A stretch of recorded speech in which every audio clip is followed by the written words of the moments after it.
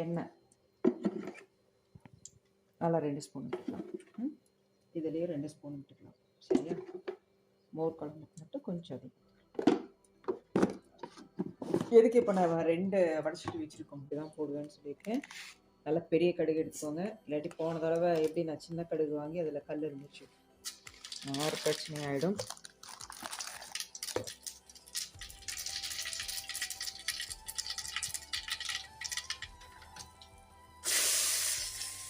வெங்காயம் போட்டுச்சு. சரிங்களா? தட்டி வச்சிருக்கேன். இஞ்சி பூண்டு மிளகா 3 மிளகா விதை எடுக்கிறது தட்டி வச்சுருக்கேன் இல்லையா, அது போட்டுக்கலாம்.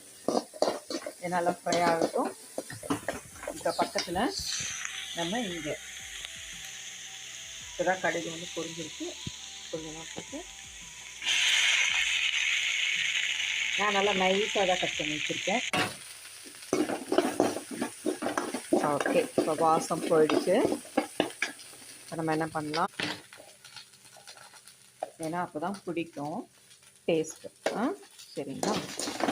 இதுவும் குருமிளகு நான் முதலே தட்டி வச்சுருக்கேன் நல்லா நைஸாக.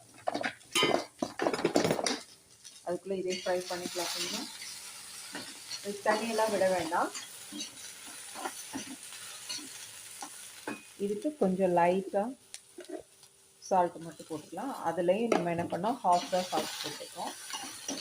ஓகே, இது ஃப்ரை ஆகட்டும். இதுக்குள்ளே தேங்காய் போட்டுக்கலாம்.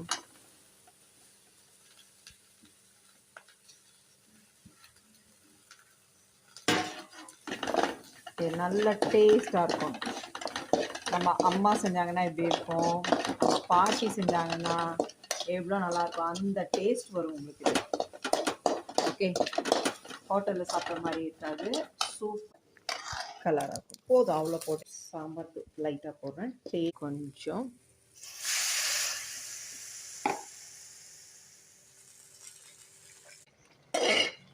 தயிர். இதில் தண்ணியெல்லாம் எதுவும் ஆட் பண்ண வேண்டாம்.